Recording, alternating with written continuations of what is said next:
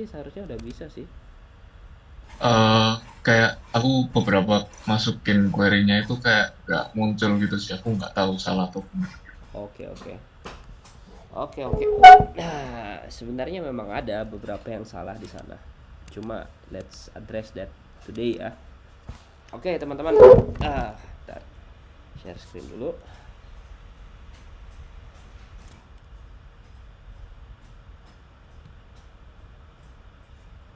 Oke, let's see. Oke, teman-teman, selamat datang di itu, di apa namanya? Itu kita ya apa namanya? Ini kita apa sih namanya nih? Course untuk lu kok nggak jalan? Bentar dulu. Oh, astaga. Oh, bentar.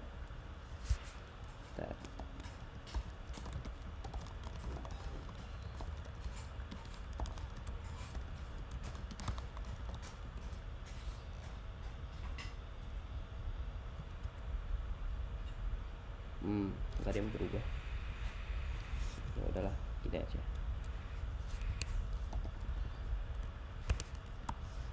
Gini, gini, gini. Oke. Oke, teman-teman. Nah, ini teman-teman kita akan coba apa sih namanya belajar tentang bagaimana sih cara nge-setup observability di lokal kita dulu. Di servernya mah nanti, gitu kan. Nah, tetapi sebelum kita lanjut ke bagaimana cara setupnya, aku pengen memperkenalkan teman-teman ke repository yang baru aku buat ini. Jadi repository yang aku buat ini adalah web server menggunakan Echo, ya. Dan setiap rute di sini itu teman-teman bisa lihat di sini ada kemungkinan gagalnya. Jadi, oh nih lupa bagian sini nih belum. Bagian sini. Jadi ngegaca gitulah. Jadi setiap rute itu ada kemungkinan gagalnya, nggak melulu berhasil gitu loh. Nah, jadi kenapa ada setiap rute itu berkemungkinan gagal di sini? Itu dikarenakan kita perlu ya dengan sengaja ngebuat gagal dulu biar nanti waktu pas di Grafana autocomplete-nya keluar gitu kan. Nah, terus gimana cara aku nge-setup ini? Pertama, jelas aku pakai load env dulu. Nanti ini reponya akan aku upload ya. Ini INV-nya aku menggunakan itu ya, Netflix GoEnv. Nah, terus aku juga ngebuat DB connection ya dengan menggunakan ini ya. INV dari ini yang sudah didapat dari config. Nah, terus pakai PGX juga.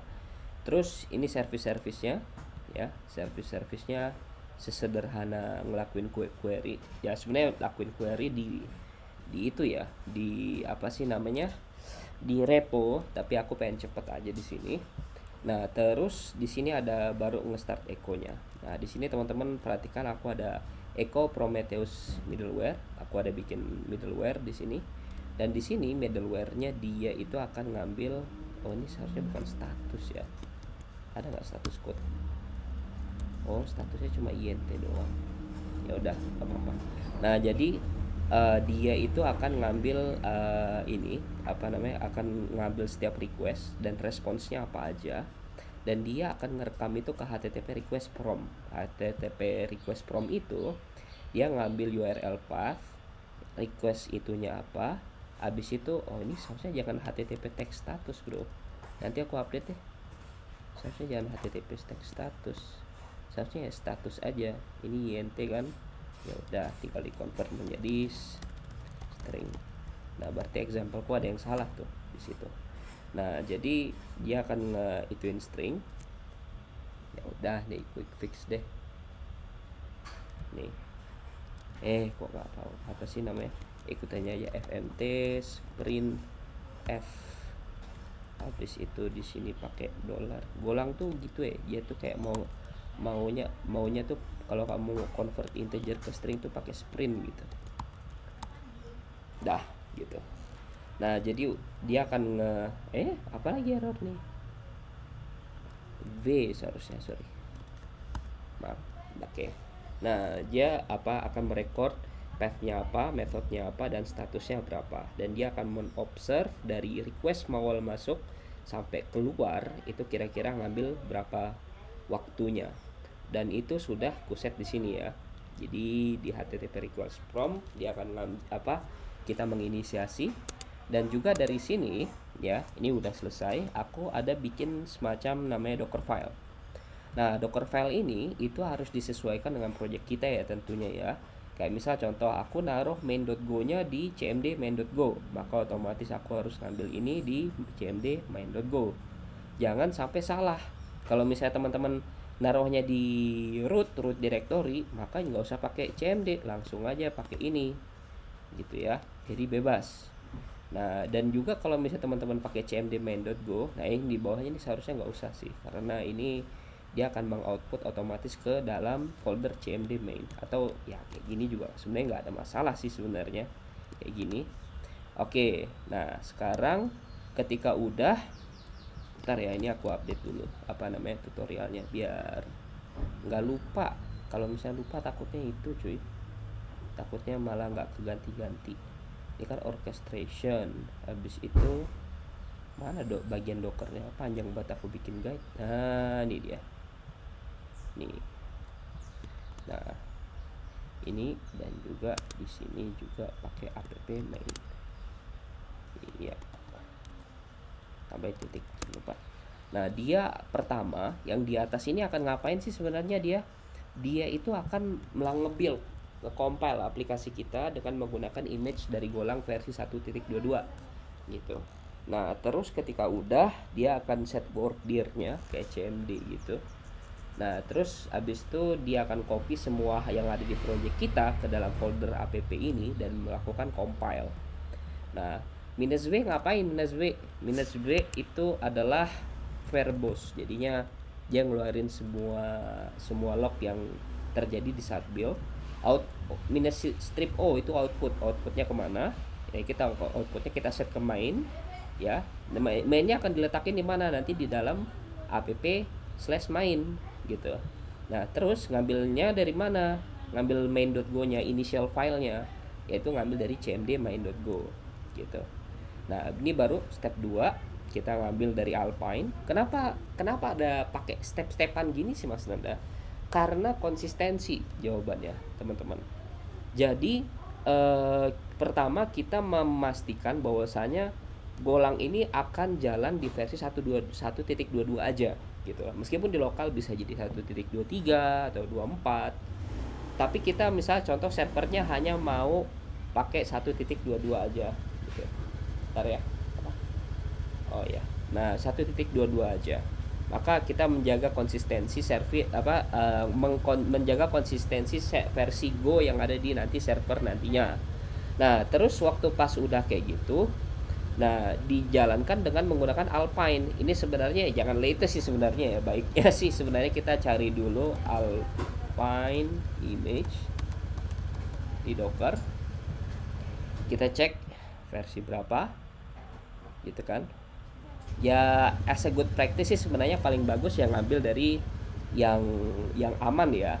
Tapi untuk mengetahui yang aman tuh perlu pengalaman. Jadi lebih baik ya kalau aku pribadi yang ngambilnya dari yang ini 3.19. Gak usah pakai titik satunya juga, karena aku masih pengen mungkin kalau misalnya ada hotfix gitu.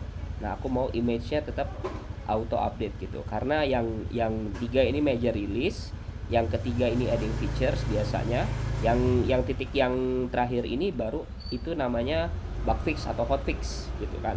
Nah jadi aku ambil 3.19 di sini, mungkin aku ganti 3.19, sorry 3.19. Ini juga dari guide nya juga aku harus update ya, 3.19. Nah ketika udah dia run apk no cache at ca certificates. Ini ngapain gitu kan? Alpine itu tuh sebenarnya itu Debian yang dia itu tuh apa sih namanya, package manajernya tuh namanya APK. Jadi kalau di Docker di Ubuntu pakai apt, kalau dia pakai APK. Nah, dia add CA certificates nih ngapain nih? Nah, ini tuh nambahin certificates yang dibutuhkan nantinya di dalam aplikasi kita. Sekarang dibutuhkan nggak? Enggak. Sekarang nggak dibutuhkan sama sekali. Cuma ya nggak apa-apa, ditambahin aja dulu CA certificates. Teman-teman bisa cari tahu lebih banyak soal apa sih sebenarnya CA certificates itu tuh di apa namanya di itu package di sini gitu ya. Teman-teman bisa cari tahu di sana. Nah, terus setelah itu kita set workdir-nya di root ya. Nah, habis itu di sini ada komen namanya copy from builder. Nah, teman-teman lihat di sini di copy from builder dia tuh adalah di sini teman-teman ada lihat AS nih, ada AS-nya nih. Nah, jadi dia itu tuh ngambil app main dari builder. App/main dari mana? App yang dapat outputnya di main sini. Nah, habis itu copy ke titik, yaitu copy ke sini. Ke sini tuh di mana? Ke sini tuh di Alpine-nya. Habis itu export di port 8080, habis itu jalankan command /.main karena udah di copy .mainnya gitu. Nah, untuk Dockerfile apakah ada pertanyaan? Teman-teman? Aman ya? Sip kalau gitu. Oke, kita lanjut. Nah, di dalam kalau Docker filesnya udah, baru kita bahas soal Docker Compose. Nah, di Docker Compose ini ada beberapa services, ada backend, Prometheus, dan Grafana. Kita bahas satu-satu dulu. Pertama, kita backend services. Pertama awalnya dulu, kenapa pakai Docker Compose, Mas? Gitu. Karena gini teman-teman, Docker Compose itu berguna banget buat ngetes di lokal sebenarnya. Bukan di production. Di production mah beda caranya. Kita harus ngupload ke yang namanya itu nih namanya adalah Docker Registry. Docker Registry namanya. Jadi itu setelah Docker file ini di-compile menjadi image ya, nanti image-nya di-upload ke dalam Docker Registry. Nah, Docker Registry macam-macam.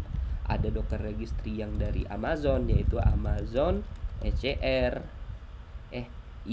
Amazon ECR itu. Kalau misalnya AWS tuh bukan AWS lagi, AWS mulu si otak. Sorry. Azure apa namanya?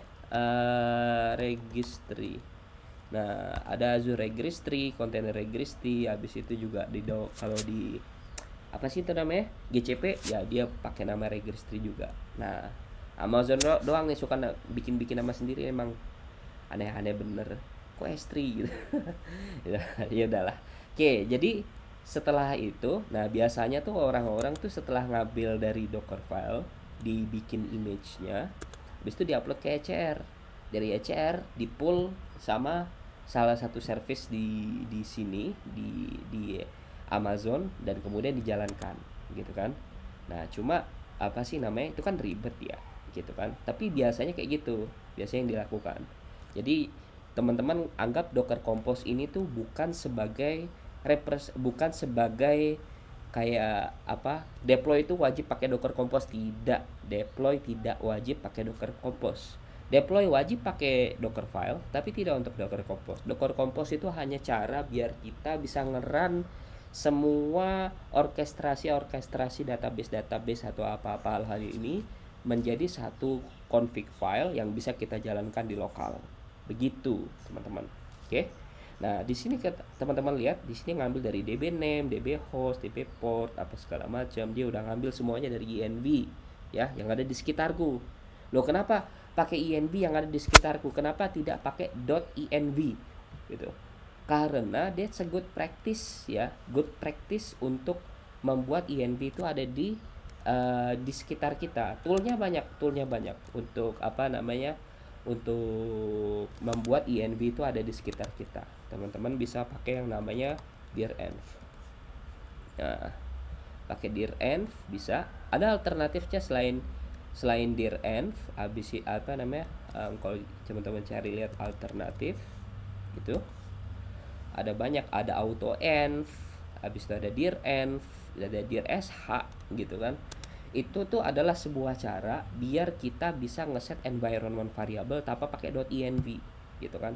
Tapi di mana-mana kita diajarin soal pakai .env. Kenapa salah? Yang jadi pertanyaan itu tuh. Kenapa salah pakai .env? Nggak salah teman-teman pakai .env itu. Cuma .env itu tuh tidak merepresentasikan server ke production. Kita tuh sebagai backend kita tuh harus menjaga kayak environment kita tuh semirip mungkin dengan production. Jangan sampai ada ada perbedaan yang membuat kayak di lokal nggak bisa tapi di server bisa, atau di server bisa di lokal nggak bisa gitu. Di lokal bisa tapi di server nggak bisa, atau di server bisa tapi di lokal nggak bisa. Nah, kalau misalnya ada jadi oleh karena itu kita harus mencoba sedemikian mungkin untuk menjaga bahwasanya environment development kita semirip mungkin dengan production. Begitu, ya. Ada pertanyaan teman-teman soal apa soal environment variable ini mungkin gitu kan? Atau apa namanya deployment apa segala macamnya. Ada pertanyaan, monggo open mic aja, nggak usah nggak usah chat. Oke. Mas, itu apa namanya? Mau nanya. Boleh. Kan katanya berarti harus menyesuaikan dari production ya. Mm-mm. Kenapa nggak ngambil aja dari production? Misalkan production itu ada konfigurasi INV-nya, lalu kita import aja terus masukin di .env kita atau gimana gitu. Oke. Jadi jawaban dari pertanyaan itu adalah karena biasanya banyak hal yang berbeda dari production dan lokal. Sebagai contoh, kalau di lokal kita mau backend kita connect di lokal, sedangkan kalau production kita mau servernya connect ke database production. Itu aja udah beda. Tetapi apa yang sama? Yang sama namanya. Gitu.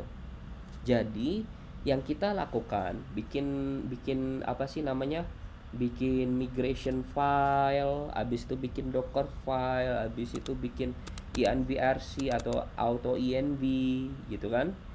Itu tuh adalah semuanya adalah effort untuk menyamakan environment kita dan production, tetapi tidak boleh benar-benar sama sampai kayak database-nya kita nembak ke database production. Tidak bisa. Sekarang sudah bukan zaman PHP lagi ya teman-teman. Nembak PHP lagi, goreng terus nih PHP-nya. Kalau zaman-zaman PHP dulu tuh itu teman-teman, zaman-zaman PHP dulu tuh ya kalau misalnya ada error ya itu langsung aja tembak ke productionnya gitu, debug in production gitu kan. Makanya OSN tuh debug mode-nya nyala di production karena perbaikinnya di production. Gitu. Kalau ada perbaikan ya udah SCP filenya ke server. Nggak pakai Git dulu. Gitu. Nah, ada lagi yang pertanyain, Mas Budi udah clear belum? Udah lumayan sih. Oke, sip. Oke, yang lain ada pertanyaan nggak? Oke, nggak ada ya. Kita lanjut dulu. Nah, sekarang kita lanjut ke konfigurasinya. Jadi kita udah selesai ya untuk membahas soal Dockerfile. Kita juga ngebahas soal Prometheus sendiri. Nah, Prometheus kayak gimana sih Mas Nanda? Prometheusnya ya sesuai dengan yang sudah kita gunakan kemarin. Kita ngambil dari from latest. Nggak boleh sebenarnya latest ya, ulangin nggak boleh ya. Seharusnya kita ambil stable version sebenarnya. Good practice-nya seperti itu. Tapi aku males ketik waktu itu, aku nggak kayak cari dulu latest versionnya apa gitu kan. Aku nggak kayak gitu, aku langsung pencet aja gini dah gitu kan. Nah terus ini untuk membuat ini tuh bisa jalan, teman-teman harus memiliki yang namanya Prometheus YAML, yang contohnya udah aku kasih di sini. Jadi dia ngasih tahu dulu ini lokal job name-nya apa, habis itu dia itu nembak apa namanya ngambil ke service mana.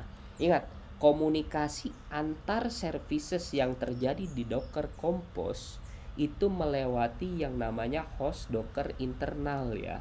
Kalian masukin localhost tak jalan di sini, bro. Ya, ini komunikasi antar container atau antar services yang ada di Docker Compose. Gitu ya. Nah, jadi pertama kita ini dulu, dan ini sesuai dengan comments-nya ya. Udah aku jelaskan ya. Mungkin tidak perlu dijelaskan lagi, mungkin kalau bingung bisa baca. Dan juga untuk Grafana-nya juga sama, cuma perbedaannya adalah Grafana-nya sudah dikonfigurasi. Nah, teman-teman bisa baca deskripsinya di bawah tentang ini maksudnya apa. Oke, kalau gitu kita langsung saja masuk ke dalam ininya, ke dalam service-nya. Jadi service-nya sekarang sekarang sedang aku hit pakai Postman ya. Jadi dia otomatis ngehit terus gitu kan, ngehit terus dia tuh. Oh iya, BTW randomnya aku belum masukin nih. Jadi seharusnya aku rebuild ulang. Maaf ya, pause dulu ya. Aku pause dulu. Oke, nah teman-teman, bagaimana kalau misalnya kalau pakai Docker Compose nih gimana sih kalau misalnya kita mau let's say mau ngupdate. Nah, jadi berbeda dengan cara biasanya. Kalau teman-teman pakai Ctrl C aja gitu kan, waktu pas teman-teman menjalankan perintah misalnya di sini di Makefile, aku udah set di sini. Nah, teman-teman menjalankan kayak gini, Docker Compose up. Nah, ini tuh untuk ngejalanin semua yang ada di dalam Docker Compose. Nah, itu tuh teman-teman kalau Ctrl C terus teman-teman ituin lagi, run lagi, dia itu tidak akan merefresh codingan yang sudah berubah, yang udah kita ubah di main.go tuh nggak akan berubah. Dia harus dibuild ulang gitu. Habis itu baru dijalankan lagi. Nah, mungkin aku tambahin script build di sini ya. Build apa? Build backend service. Mungkin aku biar itu ya. Build backend. Sorry. Backend. Nah, terus di sini copy ke atas. Ya, terus aku coba run docker build apa? Oh, docker compose build backend service. Nah, kita build dulu backend service-nya karena udah diubah ya untuk nge-support error tadi. Nah, tungguin dulu biar mateng. Ini database-nya aku jalan terpisah ya di sini ya, tidak menggunakan Docker Compose. Lah kenapa Mas Nanda backend apa namanya database-nya kok nggak di dalam Docker Compose? Ya itu dikarenakan biasanya tuh kalau di production sana database itu tidak di itu ya, tidak di deploy ya dari lokal gitu. Tidak ada deployment. Yang ada tuh eh, database itu udah ada dari sononya kayak dari RDS atau gimana gitu. Jadi biasanya dia terpisah dari service gitu. Tunggu dulu nih. Apa bener nih? Maaf ya teman-teman ya, ini ada mobil gabah, ada apa gitu. Aku tuh di desa teman-teman.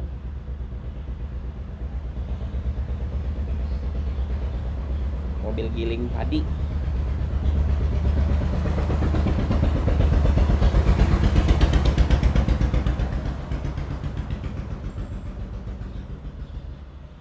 Ini masih lama ya. Apakah setiap ada perubahan harus kayak gini terus Mas? Iya, setiap perubahan. Repot dong Mas Nanda kalau misalnya setiap perubahan harus kayak gini mulu. Iya. Jadi gimana Mas Nanda biar enak? Ya jangan jalankan Docker Compose kalau kamu bukan buat ngetes. Maksudnya gimana? Kayak gini, kayak kamu jalanin aja backend kamu terpisah di lokal kamu gitu, kayak gini gitu kan. Nah, terus ya udah develop aja terus gitu. Nah, nanti ketika udah develop, udah selesai baru kalau misal contoh mau perbaikin Grafana-nya gitu kan. Ya udah baru Docker Compose up gitu. Nah, berarti make run Docker Compose. Oke, kita lihat attaching. That's good. Oke, kita lihat Postman, apakah Postman reply? Oke, kita coba run again ya. Di Postman, iya, dia udah return oke semua. Kita coba cek dulu di ininya dulu, di localhost 80 matrix. Udah ya. Oke, very nice. Udah masuk nih. Cuma di sini request totalnya tuh tidak ada itu ya, tidak ada yang 500 ya. Apa 500 ku gagal ya? Belum tahu deh. Kan random. Oke. Nah, sekarang kemana? Sekarang ke Prometheus dulu. Nah, kalau Prometheus portnya apa? Di aku port Prometheus itu adalah localhost 9090. Nah, kalau teman-teman udah bener apa Prometheus YAML-nya, jadi ingat ya, ini Prometheus YAML ya. Kalau udah bener Prometheus YAML ya, teman-teman seharusnya udah bisa auto complete di sini. HTTP tuh. HTTP request histogram. Nah, ini dapat dari mana? Ini dapat dari di sini main.go. Nah, HTTP request histogram, HTTP request histogram. Tapi ada bucket, ada sum, ada count, ada sum. Nah ini yang nanti akan kita querykan di Grafana gitu. Oke.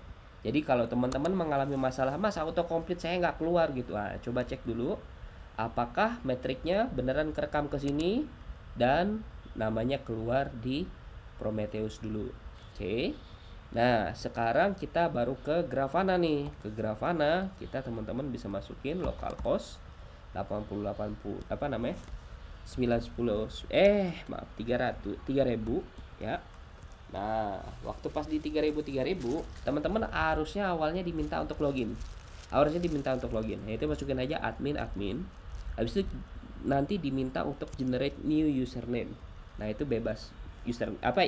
Generate new password, maaf.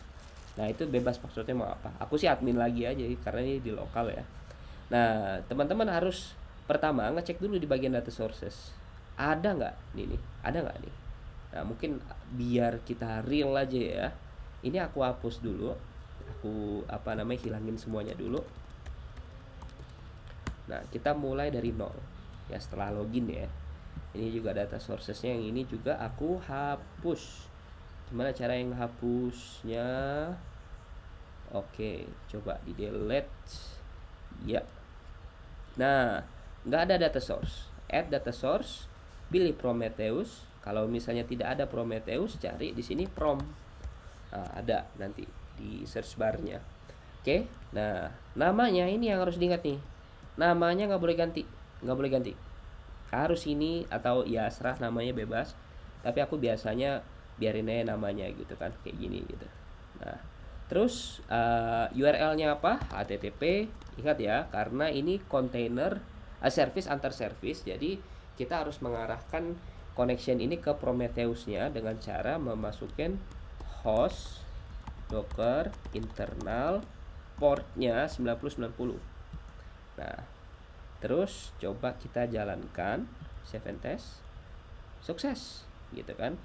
Loh, tapi kalau misalnya contoh, Mas nggak bisa, Mas aku kok ini nggak bisa. Nah, kalau kamu nggak bisa kayak gini, nggak bisa, pastikan dulu kamu localhost 9090 keluar nggak. Kalau localhost 9090 tidak keluar, maka di sini juga pasti akan gagal. Jadi tidak boleh di skip, harus dari sini dulu baru ke dari sini gitu ya. Nah, kalau kita udah pencet save and test, harusnya sudah tersimpan. Jadi kalau teman-teman masuk ke dalam ke sidebar data sources, sudah ada Prometheus yang sudah kalian buat. Oke. Prometheus 1, maaf ya. Ini ini yang di atas nih gimana nih? Oh, ini hapus aja nih. Sorry, maaf. Nah, ini dia. Ini seharusnya di set as default juga. Jangan lupa, maaf kelupaan ya, save and test. Nah, sekarang kita ke dashboard. Nah, sekarang gimana caranya kita bisa memenuhi the four golden signals yang sudah aku kasih tahu. Oke. Pertama kita mulai dari saturation-nya dulu. Oke. Nah, ini pertama add dulu, pilih Prometheus. Yep. Nah, di sini ada prompt query. Nah, jadi kalau teman-teman lihat di sini, jadi tuh selain dari kalau teman-teman refresh di sini, kok nggak ada sih 500-nya ya? Seharusnya ada ya. Tapi nanti kita benerin. Nah, di sini teman-teman akan melihat ada beberapa hal itunya ya, kayak semacam count-countnya apa aja, rute-rutenya apa aja gitu. Udah ada semuanya di sini. Nah, cuma teman-teman ada beberapa hal value yang kita bisa masukin untuk bisa yang Prometheus client sudah sediakan untuk kita. Pertama ada GC duration, go routines, go info, menu stats, apa segala macam. Nah, ini teman-teman bisa pelajarin satu-satu. Mungkin panjang banget kalau aku jelasin di sini ya. Cuma yang jelas dari sini tuh kita bisa mendapatkan informasi tentang performa golan kita, gitu kan. Nah, biasanya yang perlu dilacak umumnya itu adalah biasanya ada di goroutine count biasanya gitu. Kenapa? Semakin banyak goroutine count artinya kan semakin banyak thread yang terpakai gitu kan. Nah, kita bisa ngecek kayak nanti dari rute ini kira-kira ada berapa goroutine yang kepake nih. atau yang terutilize gitu kan. Nah, semakin banyak artinya backendnya akan semakin berat gitu kan. Loh, kenapa dari goroutine? Kenapa nggak dari CPU-nya aja gitu kan? Ya bisa aja dari CPU-nya sebenarnya teman-teman. Teman-teman bisa menginstal yang namanya adalah Node Exporter. Nah, Node Exporter ini berfungsi biar teman-teman bisa mengekspor metrik-metrik yang terjadi di komputer kalian ke Prometheus. Ke Prometheus ya, bukan ke Grafana, ke Prometheus. Gitu kan. Nah, jadi dari Node Exporter diambil oleh Prometheus. Nah, cuma itu mungkin di luar dari itu kita dulu untuk sekarang ya. Untuk sekarang kita coba fokus dulu untuk ngambil ke GC GoRoutines. Nah, di sini aku akan mengajarkan teman-teman bagaimana sih query. Aku nggak pro ya soal ini. Aku ulangin, aku tidak pro soal ini. Tapi aku bisa query standar tuh aku bisa, gitu kan. Misalnya contoh, di sini aku mau masukin GoRoutines. Habis itu enter, run queries. Nah, teman-teman akan melihat di sini nilainya sudah naik turun nih. Nah, ini adalah jumlah GoRoutine yang ada sekarang, gitu kan, yang ada sekarang. Nah, terus jangan lupa untuk ganti panelnya, judulnya apa? Routines count. Habis itu count. Nah, habis itu di sini ada berbagai macam metrik yang teman-teman bisa gunakan. Ya bukan metrik ya, apa sih? Graph yang teman-teman bisa gunakan. Aku kalau dalam kasus ini mungkin aku pilih stat ya biar clear sekarang tuh berapa gitu kan. Nah, terus aku bisa pilih unitnya karena ini unit penting ya. Ini count ya. Ada nggak count di sini? Count. Oh, tidak ada. Ya udah kalau gitu. Apa? Number. Nah, kalau number ada. Nah, jadi kita udah dapat untuk GoRoutines-nya gitu kan. Silahkan apply. Nah, terus saatnya untuk nambahin hal baru. Oh ya, BTW sebelum kita nambahin hal baru mungkin biar nggak bingung ya, ini pilihkan kelas ini 5 minutes dan hidupkan auto refresh ya. Oke, jadi dia otomatis ngupdate tuh. Kayak gitu, keren kan? Nah, sekarang kita bisa tambahin lagi visualization. Nah, kali ini setelah saturation kita bisa yang lain ini kayak gimana? Yang lain itu kayak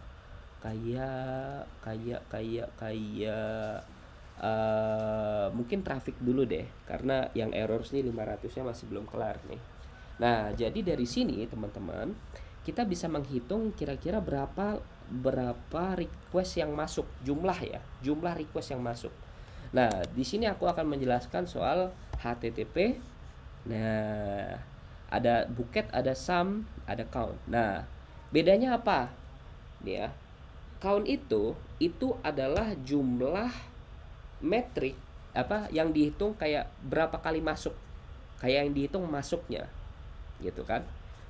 Bucket itu yang dihitung adalah total latensinya. Kayak gimana? Jadi kalau teman-teman lihat di main.go di aku di sini ya, teman-teman akan melihat main.go.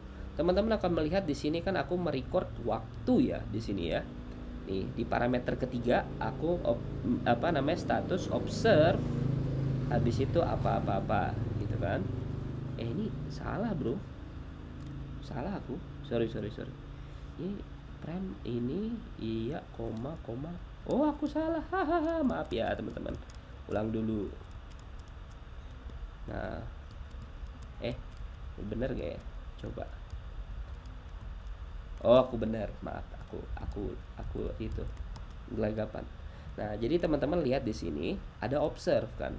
Observe itu dia akan mengambil waktunya dari start sampai requestnya dijalankan sampai selesai requestnya. Nah, itu dihitung berapa dari itu time since start dalam milliseconds. Ingat, milliseconds. Ada bisa yang lain nggak? Bisa seconds, bisa milliseconds, bisa nanoseconds kalau saya ada. Nanoseconds, iya nanoseconds ada gitu kan. Silakan pick yang mana yang kalian mau hitung. Milliseconds bisa, nanoseconds bisa. Tapi dampaknya kemana? Ke sini nih. Nah, kalau teman-teman lihat di sini di bucket sini, nah kalian akan melihat banyak banget dan arahnya tuh naik. Dan betul Jadi tuh kalau bucket itu, kalau misalnya teman-teman nggak kayak plain aja masukin situ, trennya akan naik. Karena apa? Gerak Prometheus itu sifatnya tuh dia kayak nambahin. Kalau misalnya ada waktu baru ditambahin, ada waktu baru ditambahin. Makin lama makin naik. Nah, gimana caranya? Nah, ya, jadi yang goal yang kita harus lakukan adalah menghitung rata-rata kenaikan dalam kurun waktu misalnya 5 menit gitu kan. Nah, teman-teman bisa menghitung tersebut dengan memasukkan namanya fungsi namanya rate. Rate itu rata-rata. Nah, yang mau dihitung rata-ratanya apa? Rata-rata HTTP request ini bucket gitu kan. Tetapi rata-rata itu tuh harus ada rata-rata dalam jarak waktu. Jarak waktunya apa? Nah, ini untuk memasukkan jarak waktu pakai kurung kotak. Nah, pilih range interval. Nah, range interval ini teman-teman, itu tuh sebenarnya ngapain range interval ini tuh? Jadi range interval itu dia ngambil dari ini last 5 minutes. Gitu kan? Dia ngambil dari berapa menit yang sudah kita masukkan di sini. Gitu kan? Kalau 1 hour ya rate intervalnya akan 1 hour, atau 5 menit ya rate intervalnya akan 5 menit, etc etc. Jadi kalau kita run tuh kita akan melihat rata-ratanya gitu kan. Nah, tapi sebelum kita lanjut kita rapin dulu aja. Di sini mungkin goalnya tadi apa? Tadi goalnya itu adalah ini metrik apa namanya? Aku lupa. Traffic. Oke. Kita apa namanya? Bukan ya. Oh, sorry. Ini bukan traffic. Ini sebenarnya udah latency ya. Tapi kita ambil countnya aja dulu. Nah, count ini lebih benar. Nah, gitu. Nah, jadi kita ambil namanya request RPS gitu kan, request per second. RPS aja lah. Kalau request per second lagi. Nah, terus jangan lupa untuk waktunya, karena waktunya di sana apa namanya unitnya count itu tuh number. Count ini maksudnya itu adalah number. Jadi masukin number, jangan lupa. Nah, terus teman-teman lihat, ini berantakan banget nih. Kok ada delete-nya ada 2 nih gitu kan, nih sangat membingungkan sekali gitu kan. Nah, teman-teman bisa kayak gimana ya? Kalau di SQL tuh kayak group by gitu. Nah, teman-teman bisa melakukan group by terhadap output ini dengan memasukkan namanya sum. Tapi cara aku kayak gini. Aku semuanya di blok dulu, aku cut, habis itu masukin sum, paste, habis itu di luar dari sumnya, di luar dari kurung sumnya, masukin by. Buka kurung. Nah, nanti aku bisa bagi misalnya contoh per path, habis itu per status atau per path method status ya. Nah, ini dia. Tuh, nanti dia akan ngebagi berdasarkan ini. Nah, teman-teman akan lihat, jelek banget ini. Ininya apa sih nih? Kok namanya kayak kurung kerawal gitu, pushing. Nah, teman-teman bisa mengeditnya dengan masukin legend, custom, habis itu masukin nih. Teman-teman mau apa? Mau path-nya dulu, metodenya dulu, atau statusnya dulu, gitu kan? Nah, aku mungkin mau formatnya adalah path, method, habis itu status ya. Masukin di sini path, habis itu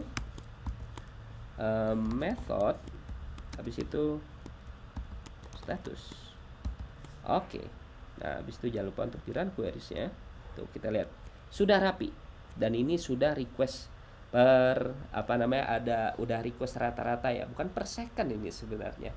Ini request per interval seharusnya bukan per second ya. Tapi ya bisa dibilang lah RPS juga bisa lah gitu. Oke. Ini juga ada slash matrix. Oh iya, gimana cara mengecualikan res matrix ini? Karena matrix ini kenapa kok dihitung? Karena ini si siapa sih namanya? Si ini si Prometheus itu kan dia kan matrixnya dihit ya sama ini ya. Dan itu per 5 detik sekali. Nah, per 5 detik sekali artinya kan kalau per 5 detik sekali berarti 0,2 dikali 5 sama dengan 1. Berarti udah pas nih. Berarti 5 detik artinya 0,2 RPS. Udah pas nih. Bisa dibilang kayak gitulah. Nah, teman-teman bisa mengecualikan beberapa output dengan cara seperti ini, teman-teman. Teman-teman Ada kalau nggak salah ada operation. Oh, ada filters, maaf. Filters by path. Nah, di sini teman-teman bisa masukin sama dengan. Untuk sekarang sama dengan dulu. Nah, teman-teman yang mau di disable tuh pathnya apa? Slash matrix misalnya. Nah, masukin di sini slash matrix. Oh, sorry, maaf, ini seharusnya tanda seru sama dengan, karena kita nggak mau itu ada di sini. Enter, hilang deh. Gitu teman-teman. Nah, teman-teman bisa lihat di sini kenapa kok trennya kayak gini, Mas Nanda. Kenapa kok yang di atasnya itu 0,4 RPS tapi yang di bawahnya itu ya 400 kb. Kenapa ini? Nah, ini kayaknya yang punya aku nih jalan nih, tapi kayaknya aku salah ngasih status code gitu. Kalau kita lihat di codingannya, apakah betul aku salah ngasih status code? Kita lihat di sini, tuh betul. Seharusnya ini bukan HTTP bad request, seharusnya ini HTTP apa sih namanya, status internal server error. Nah, mungkin kita akan ganti dulu di sini. Sini kita ganti dulu ya. Ctrl D semuanya. Habis itu Shift A. Ini kita ganti menjadi maaf. Ini kita ganti menjadi yang namanya adalah status internal server error. Nah, nanti biar kita bisa itu ya, bisa ngetes apakah apa sih namanya, statusnya bisa di queryin atau enggak. Nah, untuk sekarang dia nge-queryin semuanya yang 200 400. Dan jangan lupa ya, ini kalau RPS ya, RPS ngitung apa-apa, apapun aja sih gitu. Nah, sekarang kita udah main.go nya udah. Jangan lupa untuk recompile ya. Make run docker compose run build backend service ya. Aku juga nggak tahu nih kalau misalnya di kanan aku rebuild, apakah di kirinya rebuild juga, aku nggak tahu ya. Yang jelas ini teman-teman bisa lihat di sini, ini ada cache. Jadi di Docker itu biasanya kalau nggak ada perubahan di dalam filenya, dia akan nge-cache gitu. Kalau misalnya contoh, jadi ada namanya Docker cache ya. Jadi kalau di dalam Docker file ada mekanisme cachingnya, dan itu teman-teman wajib pelajari. Kenapa wajib pelajari? Karena itu penting banget untuk teman-teman bisa bikin Docker file yang efisien. Buildnya lama kan? Ini kan? Nah, ini karena ini belum efisien ini proses buildnya. Seharusnya aku pakai vendor apa segala macam lalalala. Tapi ternyata tidak gitu. Aku salah gitu. Aku seharusnya copy go mode-nya dulu, habis itu go apa namanya, baru jalankan Docker vendor gitu kan, apa segala macamnya. Cuma aku langsung nge-build aja di sini, dan ini salahku. Ini nggak baik. Yang dicontoh gitu kan. Tetapi untuk bisa mengubah ini menjadi baik, teman-teman harus mempelajari mekanisme caching di dalam Docker file. Jadi kalau teman-teman Google di sini apa, Docker file caching. Nah, Docker build cache. Nah, itu tuh teman-teman harus wajib pelajari ya. Itu biar jadi pelajaran aja lah buat kita. Oke, sebelum aku lanjut, apakah ada pertanyaan teman-teman? Sebelum aku lanjut nih, ada nggak pertanyaan? Ngomong aja langsung kalau misalnya ada. Gimana? Iya, Mas. Boleh. Yang di bagian Docker Compose Network itu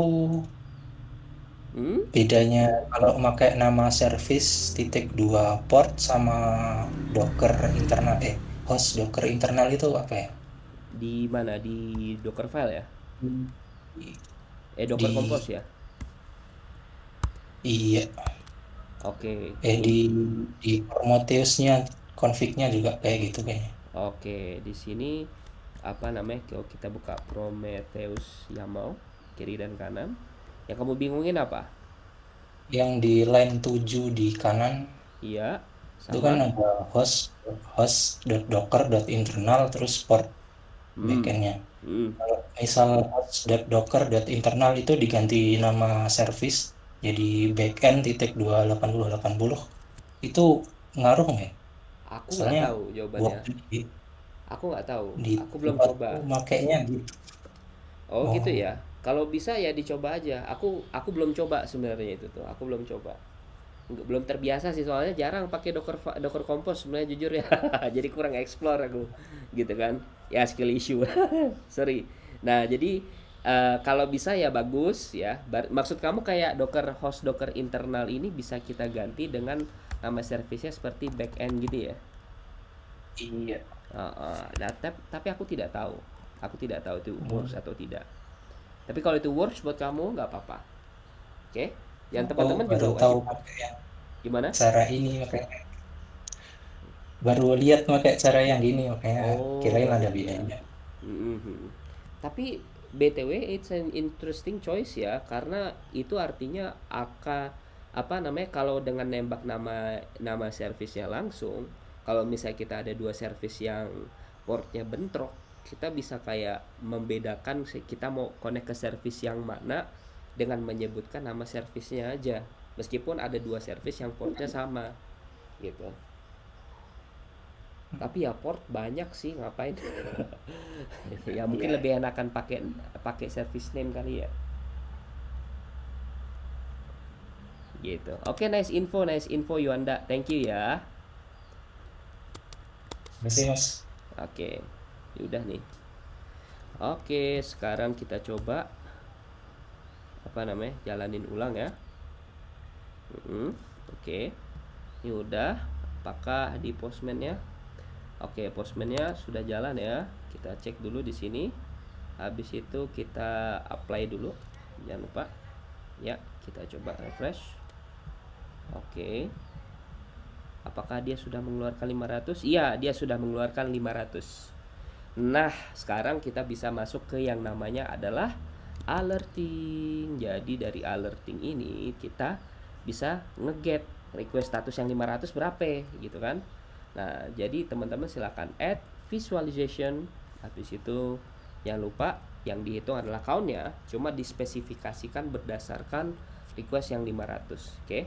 Jadi adalah http request count, habis itu jangan lupa di rate ya, rate http request count, habis itu jangan lupa untuk pakai rate interval. Habis itu sebenarnya query-nya sama aja sih dengan yang sebelumnya sebenarnya ya.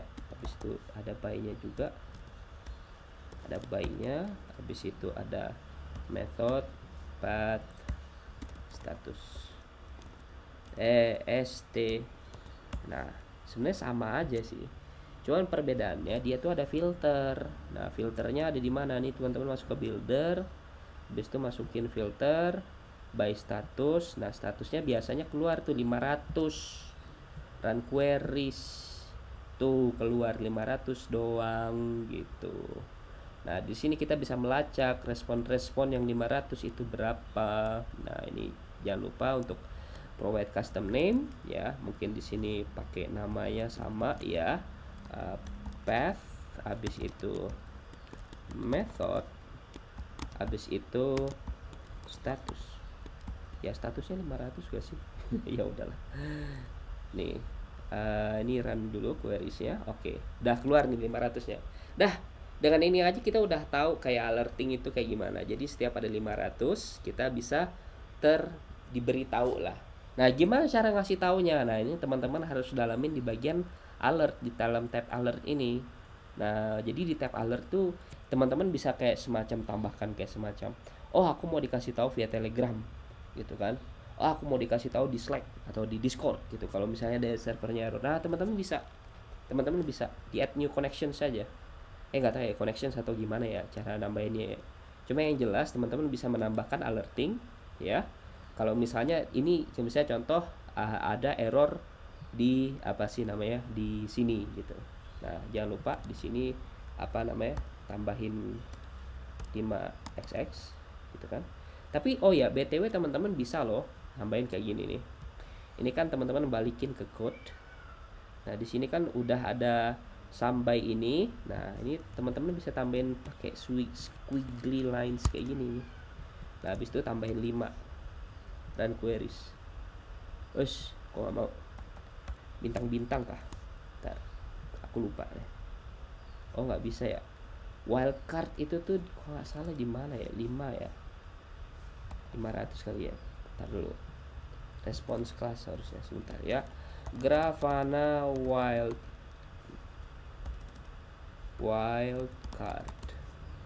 Nah, gimana cara wildcard di Grafana? Aku lupa ya.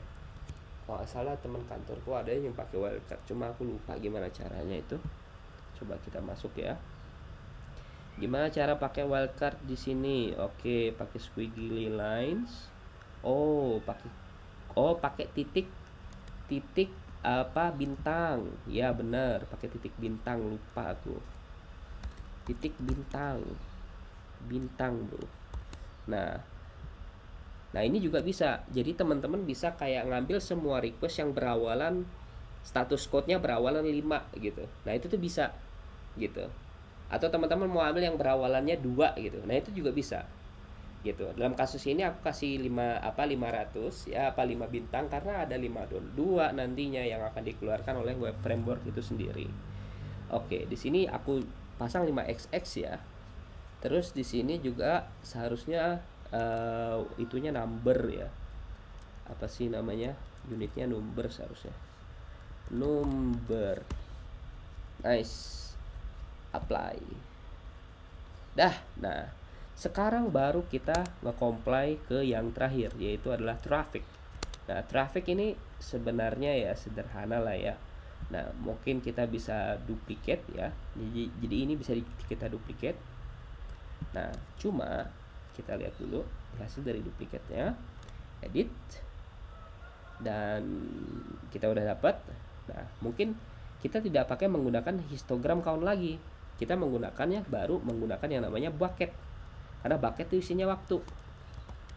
Nah, masih sama melakukan ini sambainya dari ini. Tetapi di sini ada itunya. Ada tipe datanya itu mana? Mungkin sini ada namanya latency. Nah, di sini kita unitnya adalah milli. Apa namanya? Masukin second coba. Second.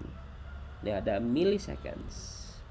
Ya, habis itu jangan lupa untuk di refresh. Tuh, kelihatan kan berapa millisecond dari setiap request yang keluar. Nah, ini udah jadi done dan udah. Sebenarnya sesederhana itu. Nah, teman-teman bisa explore banyak di sini ya. Teman-teman misalnya contoh untuk nambahin add connection untuk ngecek database misalnya. Boleh gitu kan. Teman-teman mau menambahkan metrik baru untuk mengecek performa dari query. Boleh gitu kan. Gimana caranya tuh kalau misalnya dari query? Kalau misalnya pengen ya, teman-teman tinggal itu aja, tinggal bikin matrix baru ya. Ini kan HTTP request. Nah, mungkin apa namanya adalah database query histogram misalnya gitu kan. Nah, terus udah dari situ tinggal masukin di repository masing-masing dan lakukan hal yang sama seperti halnya di middleware ini. Jadi kayak dihitung time mulainya dan selesainya berapa. Gitu. Oke. Nah, ada pertanyaan. Ini udah selesai nih. Sebenarnya. Jadi, oh iya, soal terakhir, soal bagaimana caranya kita mau kok hilang? Ini ya. Kok hilang? Ntar dulu. Mana? Dashboardku. Kok hilang? Dah buat capek-capek hilang ya. Sedih amat, bro. Oh shoot, hilang cuy. Aku lupa save. Yaudah. Gak apa-apa. Kesalahan apa namanya? Skill issue developer. Skill issue.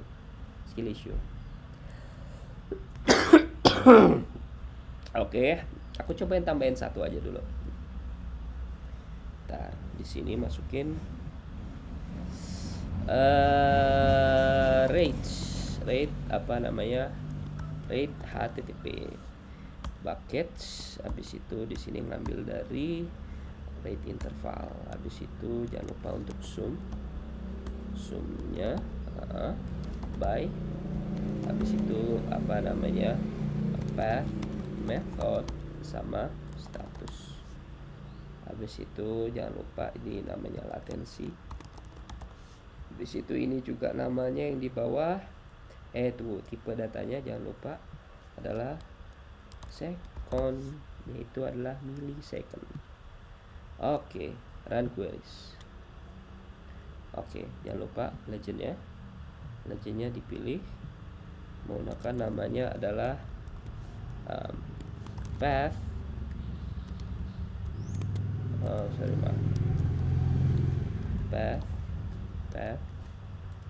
bukan path method sama status gitu. Run queries. Alright, udah apply. Dan jangan lupa di save ya, jangan kayak aku. Save new dashboard, misalnya project sprint, nggak apa-apa namanya aneh dikit. Oke, dashboard save. Nice. Di situ aku juga jangan lupa untuk ganti ini ke 5 seconds dan auto refresh. Ini meskipun udah di set di kayak ini juga harus di save juga ya teman-teman ya, karena dihitung sebagai changes juga. Nah, oke, itu dulu teman-teman. Ada pertanyaan nggak sebelum aku lanjut ke yang terakhir? Ini dibuat ulang ngilang lagi nggak tuh Mas? Kalau ku refresh gitu? Dibuat ulang Grafana. Oh, kalau di build ulang Grafananya ya hilang gitu. Tapi definisi build ulang apa dulu nih? Karena gini ya, kalau kamu kayak misalnya contoh sesederhana nyetop ini misalnya, kamu stop ini, terus kamu jalanin lagi gitu kan, nggak hilang kalau itu nggak hilang. Karena kenapa nggak hilang? Karena data-data yang dashboard tadi itu kerekam di dalam volumes yang namanya Grafana data. Prometheus juga nggak hilang gitu, Grafana juga nggak hilang. Jadi kalau kita cek dulu apakah udaran ya di sini ya, attaching backend udah jalan ya. Nah sekarang kalau kita refresh di sini nggak hilang, dashboardnya akan tetap ada gitu, tapi dia hanya ada ya di lokal. Kan gimana caranya kita nanti mau ngedeploy ini ke server, habis itu dashboard yang kita buat di lokal juga ada di server gitu yang jadi pertanyaan tuh. Oke teman-teman, jadi aku udah coba untuk memperbaiki itunya ya, guide-nya ya. Jadi masih sama dengan yang sebelumnya, cuma ini sekarang lebih fokus ke bagaimana caranya nanti biar nanti di deploy itu itunya tetap sama, apa sih namanya, dashboardnya tetap sama gitu kan. Nah di sini di dalam file ini yang udah aku kasih di social media app announcement ya, jadi aku udah ngasih example ke teman-teman untuk ini ya, apa sih namanya ya, gimana cara aku nge-config-nya dan bagaimana cara aku biar mereka itu sinkron. Oke. Nah sekarang aku juga udah melengkapi makefileku dengan itu ya, dengan guide-nya juga, dan juga apa sih namanya codingan untuk ngereset Grafana-nya. Jadi kita bisa apa namanya, bayangkan kalau Grafana mulai dari nol tuh kayak gimana sih gitu. Nah sekarang coba kita make reset Grafana dulu, habis itu make start apa namanya run docker compose. Nah ntar dulu, jangan lupa ya. Oke, database udah jalan ya. Nah sekarang kita coba apa namanya, kita postman-nya kita cobain run again dulu, pastikan ada datanya, notice found ya, betul. Oke, nice. Sekarang kita ke Grafana ya, localhost 300. Nah, seperti yang teman-teman lihat di layar, ini tuh mulai dari nol. Jadi teman-teman bisa lihat prosesnya dari awal tuh kayak gimana. Jadi apa namanya, username-nya admin, password-nya admin. Habis itu mungkin new password-nya juga sama, admin. Ya serahlah nama password-nya, kasih yang aman ya. Nah, tetapi perbedaannya adalah, jadi kalau teman-teman lihat di guide itu udah aku update. Jadi di guide itu sekarang kalau teman-teman ke Grafana itu config-nya sudah aku upgrade, dan how to interact-nya juga sudah udah aku update. Jadi teman-teman bisa buat folder namanya Grafana Dashboard and Grafana Data Sources, dan di situ teman-teman bisa bikin data sources, Prometheus data sources YAML dengan value kayak gini. Nah, jadi kalau teman-teman lihat di codingan aku ya, di codingan aku itu sudah ada Prometheus data source. Yang itu dia sebenarnya nembak ke Prometheus gitu loh. Nah, Nah, dia nembak ke Prometheus, habis itu dah teman-teman itu udah selesai. Nah, nanti ketika teman-teman run ya kontainernya di Grafana ya, teman-teman ke code data sources harusnya sudah ada tuh Prometheus main. Nah, sekarang mari kita buat dashboard ya kan, untuk sampel aja. Nah, ini karena mulai dari nol dashboardnya nggak ada ya, jadi buat dulu dashboardnya. Nah, pilih add visualization, habis itu pilih Prometheus main, habis itu masukin query-nya ya. Query-nya apa nih? Aku tadi query rate itu ada nggak ya di historiku ya? Rate ini kayaknya. Habis itu di sini ada sum. Iya, habis itu ada by path path route path method status method method path status method path terus status. Nah, teman-teman, ini ketika run queries sudah keluar kan. Habis itu aku coba legendnya, aku ganti dengan sesuai dengan namanya method. Habis itu apa namanya, ulang ini path, habis itu di sini status. Dah, coba kita run. Yes, keluar. Jangan lupa di apply ya. Nah, ini jangan lupa untuk mengganti ininya, auto refresh juga. Oke. Nah, sekarang ketika kita udah bikin panelnya banyak tadi ya, seperti yang di guide sebelumnya aku kasih tahu. Nah, sekarang gimana caranya biar kita nge-save ini dan nanti waktu pas di deploy keluar juga. Nah, caranya kayak gini teman-teman. Teman-teman bisa masuk ke guide. Di sini udah aku completein. Jadi pertama teman-teman harus save dulu tuh. Ada icon save-nya. Ya, save dulu. Nama dashboardnya apa? Misalnya project sprint ya. Nah, ketika udah dia akan ke save dan teman-teman lihat di sini akan apa namanya, give it a name and the share button will appear. Oke, pilih share. Habis itu klik it, navigate to export and choose save to file. Oke, klik dash export and save to file. Nah, teman-teman tinggal lihat ini ya. Oke, udah ke save kan. Nah, habis itu udah ke save nih. Next, if you want to use the export dashboard, go to dashboard sidebar and choose new. Nah, ini tuh gimana cara praktikinnya? Cara praktikinnya gini. Jadi aku akan buka codinganku, stop dulu Docker kontainernya, habis itu jalanin reset Grafana. Habis itu aku coba make run Docker Compose lagi. Nah, kalau aku refresh di bagian sini, seharusnya dia itu sudah balik lagi ke login seharusnya. Oke, tar dulu ya. Maaf. Oke, tar dulu. Masih proses provisioning ya. Sabar dulu. Oke. Iya. Oke, dah. Nah, sekarang kita lihat ke Grafana, login lagi kan. Aku masukin lagi. Oke. Oke. Nah, ketika udah, nah teman-teman harus ngecek dulu data sources-nya ada nggak. Oh, udah ada karena kan sudah diimport ya dari sini ya. Nah, ketika waktu pas ke dashboard kosong kan. Nah, pas kosong teman-teman bisa lihat di next, if you want to use the exported dashboard, go to the dashboard sidebar ya, dan choose new ya, dashboard sidebar dan choose new. Habis itu pilih choose import. Oke, choose import. Dari import, habis itu upload dashboard JSON file and choose the JSON file that the dashboard export. Nah, tadi pilih ini. Habis itu pilih yang tadi, yang itu ekspor tadi apa? Aku lupa yang mana sih. Kayaknya yang ini kali ya.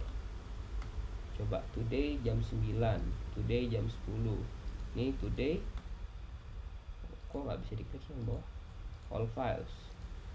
Yang ini today jam 11. Oke, yang ini ya. Nah, habis itu dia akan otomatis dan juga pilih and choose import. Oke, choose import. Dah, tuh nanti akan otomatis keluar gitu teman-teman. Jadi gitu ya caranya nanti kalau misalnya Udah selesai, coba save dulu apa JSON-nya, dan JSON-nya disimpan kemana? Kalau bisa JSON yang sudah di teman-teman download tadi itu disimpan di mana? Di sini, di dalam folder Grafana dashboard. Karena di guide sebelumnya aku udah bilang kalau misalnya teman-teman harus bikin folder namanya Grafana dashboard dan Grafana data sources. Nah, data sources itu diisi dengan Prometheus data source, sedangkan dashboard diisi oleh itu tadi yang ini. Nah, buat itu aja, buat jadi catatan aja. Dah, habis itu commit deh. Kalau misalnya udah selesai. Dah, gimana teman-teman? Ada pertanyaan nggak? Kapan mulai itunya? Besok kayaknya sih. Hari ini nggak sempet. Hari ini akan aku share kuesionernya. Teman-teman silakan pilih waktu yang cocok. Waktu yang cocok tuh untuk hari Minggu dan hari Senin ya. Jadi 2 hari. Dan itu semuanya harus datang. Maksudnya semuanya nggak bisa kayak manual test gitu, nggak bisa. Harus nyobain sendiri biar teman-teman punya pengalaman. Nanti teknisnya gimana? Teknisnya adalah teman-teman nanti nggak usah nge-compile ini terus SCP ke sana, nggak. Lain kan dari sana aku git pull. Jadi repo kalian ngasih link reponya ke aku, tapi diam-diam, nggak usah di share secara umum. Nah, kalian git pull. Nah, nanti dari servernya nanti aku set up sesuai dengan username masing-masing. Dan nanti tinggal aku git pull aja. Nanti aku di sana udah tinggal ngeran Docker Compose. Test cases kapan? Test cases malam ini gitu. Kok mepet banget? Oh ya, sorry bro, penuh banget hari ini bro.